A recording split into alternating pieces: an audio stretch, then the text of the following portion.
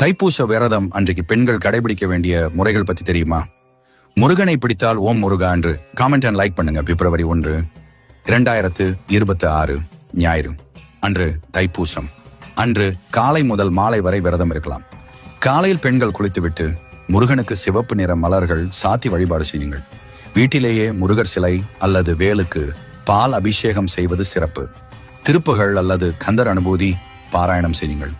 முடிந்தவர்கள் உபவாசம் பட்டினி இருக்கலாம். கர்ப்பிணிகள் மற்றும் பாலூட்டும் தாய்மார்கள் கண்டிப்பாக பட்டினி இருக்க வேண்டாம். பால், பழங்கள் அல்லது எளிய உணவு எடுத்துக்கொண்டு வழிபாடு செய்யலாம்.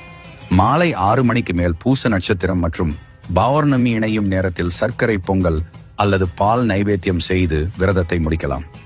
தைப்பூச நாளில் பசித்தோருக்கு அன்னதானம் செய்வது மிகவும் புண்ணியம்.